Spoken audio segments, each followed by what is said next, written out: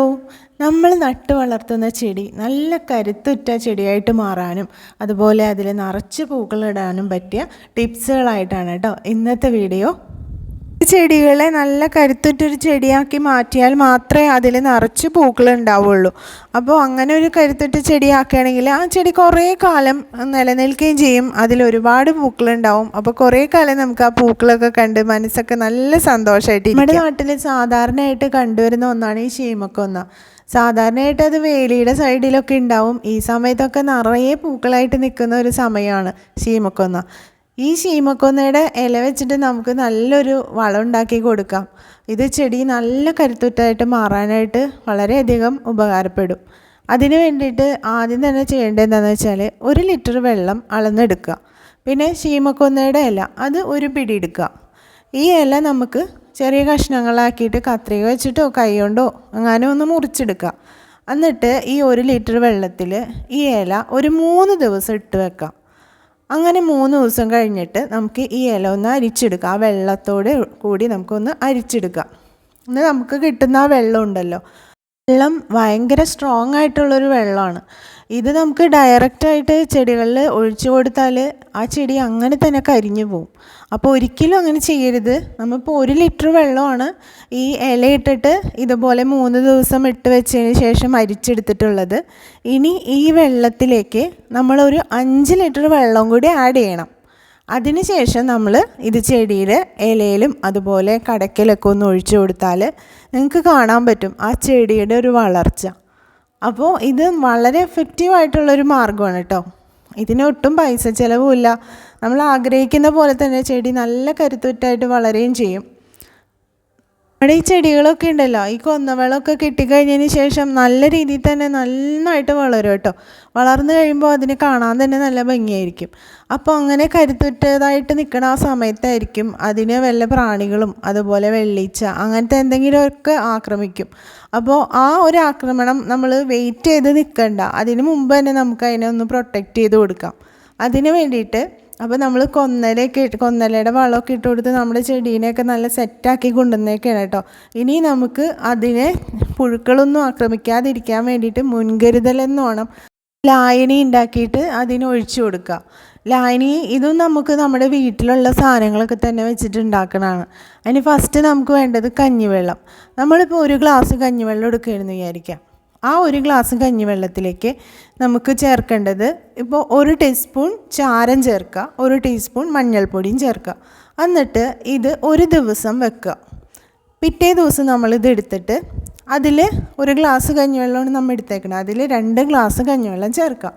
എന്നിട്ട് ഇത് നന്നായിട്ടൊന്ന് മിക്സ് ചെയ്യുക. എന്നിട്ട് ഇത് നമ്മുടെ ചെടികളുടെ ഇലകളിലൊക്കെ സ്പ്രേ ചെയ്ത് കൊടുക്കുക. ഇത് നല്ല ഗ്രോത്തിനും സഹായിക്കും, ഒപ്പം തന്നെ ഈ പ്രാണി പുഴുക്കളൊക്കെ ഇല്ലേ അതിൽ നിന്നൊക്കെ രക്ഷയും കിട്ടും. അത് ഒടിയിക്കാതെ ചെടിയുടെ ചുറ്റും ഈ കഞ്ഞിവെള്ളം ഉണ്ടല്ലോ അത് ഒഴിച്ചു കൊടുക്കുകയും ചെയ്യാം കേട്ടോ. അതും നല്ല ഒരു എഫക്റ്റീവായിട്ടുള്ള മാർഗ്ഗമാണ്. നമ്മുടെ ചെടി നല്ല ഗ്രോത്ത് ആവും. അതുപോലെ ഈ പുഴുക്കൾ പ്രാണികളൊക്കെ ഇല്ലേ അതിൽ നിന്നും നന്നായിട്ട് ചെടീനെ പ്രൊട്ടക്റ്റ് ചെയ്യുന്ന ഒരു സംഭവമാണ് കേട്ടോ. ഇനി നമുക്ക് ഇത് കഴിഞ്ഞു. ഇതിപ്പോൾ നമ്മൾ ആദ്യം ഒരു കൊന്നവളം കൊടുത്തല്ലോ, കൊന്നവളം കൊടുത്ത് ഒരു 10 ദിവസം അല്ലെങ്കിൽ 15 ദിവസത്തിന് ശേഷമാണ് നമ്മൾ ഈ ഒരു വളം ചെയ്തിട്ടുണ്ടാവുക. അത് കഴിഞ്ഞ് ഒരു 15 ദിവസം കൂടി കഴിയുമ്പോൾ നമുക്ക് എന്ത് ചെയ്യാം, ചെടി പൂവിടാനുള്ള വളങ്ങൾ കൊടുക്കാം.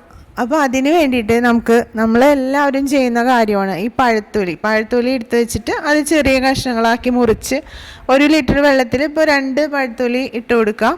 ചെറിയ കഷ്ണങ്ങളാക്കി 2 പഴത്തൊലി 1 ലിറ്റർ വെള്ളത്തിലിട്ട് ഒരു 2-3 ദിവസം വെച്ചിട്ട് അതിലും ഇതുപോലെ ഇരട്ടി വെള്ളം ചേർത്തിട്ട് സ്പ്രേ ചെയ്ത് കൊടുക്കാം. ഇനി നമുക്ക് ചെയ്യാൻ പറ്റുന്നത് എന്താണെന്നറിയാവോ, മുട്ടയുടെ തോടുണ്ടല്ലോ അത് നമ്മൾ കളക്ട് ചെയ്ത് വെക്കുക. ഓരോ ദിവസം നമ്മൾ ഉപയോഗിക്കുന്ന മുട്ടത്തോടും ഒന്ന് കഴുകിയിട്ട് വെയിലത്ത് നമ്മൾക്ക് ഉണക്കാൻ വെക്കാം. ഉണക്കിയതിന് ശേഷം നമുക്ക് ഇത് കുറച്ചാവുന്ന സമയത്ത് എല്ലാം കൂടി എടുത്തൊന്ന് പൊടിച്ച് വെക്കാം.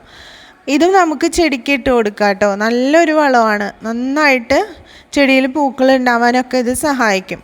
അതുപോലെ ചായ ഉണ്ടാക്കുമ്പോൾ കിട്ടുന്ന ചായപ്പിണ്ടി ഉണ്ടല്ലോ അത് ഒന്ന് കഴുകിയെടുക്കുക. എന്നിട്ട് നമ്മളൊന്ന് ഉണക്കിയെടുക്കുക.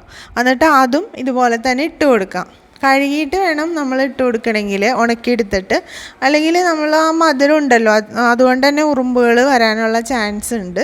അപ്പോൾ കഴുകി ഉണക്കിയെടുത്തിട്ട് വേണം ഇട്ട് കൊടുക്കണമെങ്കിൽ.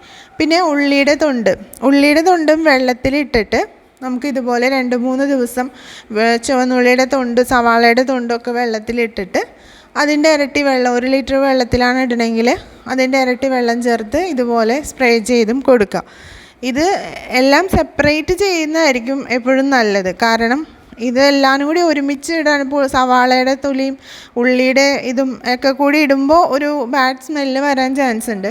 ഒക്കെ സെപ്പറേറ്റ് ആയിട്ടാണ് ചെയ്യണമെങ്കിൽ നമുക്ക് അത്ര സ്മെല്ലുണ്ടാവില്ല. ഓക്കെ, ഒരുപാട് പൈസ ഒന്നും വേണ്ട ചെടികളെ വളർത്തിയെടുക്കാനും അതിൽ നിറച്ച് പൂക്കളുണ്ടായി കാണാനും. നമ്മുടെ വീട്ടിൽ വേസ്റ്റാക്കി കളയുന്ന, വേസ്റ്റായിട്ട് നമ്മൾ വലിച്ചെറിയുന്ന സാധനങ്ങളൊക്കെ അല്ലേ ഈ മുട്ടത്തോടും അതുപോലെ ഈ പഴത്തിൻ്റെ തൊലി അതൊക്കെ വെച്ചിട്ടാണ് നമ്മൾ നമ്മുടെ ചെടികളെ നല്ല അടിപൊളിയാക്കി എടുക്കുന്നതും പൂക്കളായിട്ട് നിറയ്ക്കുന്നതും. അപ്പോൾ ഞാൻ എൻ്റെ ചെടികൾക്ക് ചെയ്യാറുള്ള കാര്യങ്ങളാണ് നിങ്ങൾക്ക് ഞാൻ ഷെയർ ചെയ്ത് തന്നത്. ഈ വീഡിയോ നിങ്ങൾക്ക് ഉപകാരപ്പെട്ടിട്ടുണ്ടാവും എന്ന് ഞാൻ വിശ്വസിക്കുന്നു. കാരണം ഇത് എനിക്ക് നല്ല യൂസ്ഫുൾ ആയിട്ടുള്ള കാര്യങ്ങളാണ്. അത് ചെയ്യേണ്ട പോലെ കറക്റ്റായിട്ട് ആ പറയുന്ന പോലെ ചെയ്താൽ നിങ്ങൾക്ക് ഉപകാരപ്പെടും. ഒരു പ്ലാന്റിനെ എങ്ങനെ നിറയെ പൂക്കൾ ഉണ്ടാക്കിയെടുക്കാം എന്നുള്ളത് സ്റ്റെപ്പ് ബൈ സ്റ്റെപ്പായിട്ട് ഞാൻ ഈ വീഡിയോയിൽ പറഞ്ഞിട്ടുണ്ട്. അപ്പോൾ ഇന്നത്തെ വീഡിയോ ഇത്രയേ ഉള്ളൂ. പുതിയൊരു വീഡിയോ ആയിട്ട് കാണാം.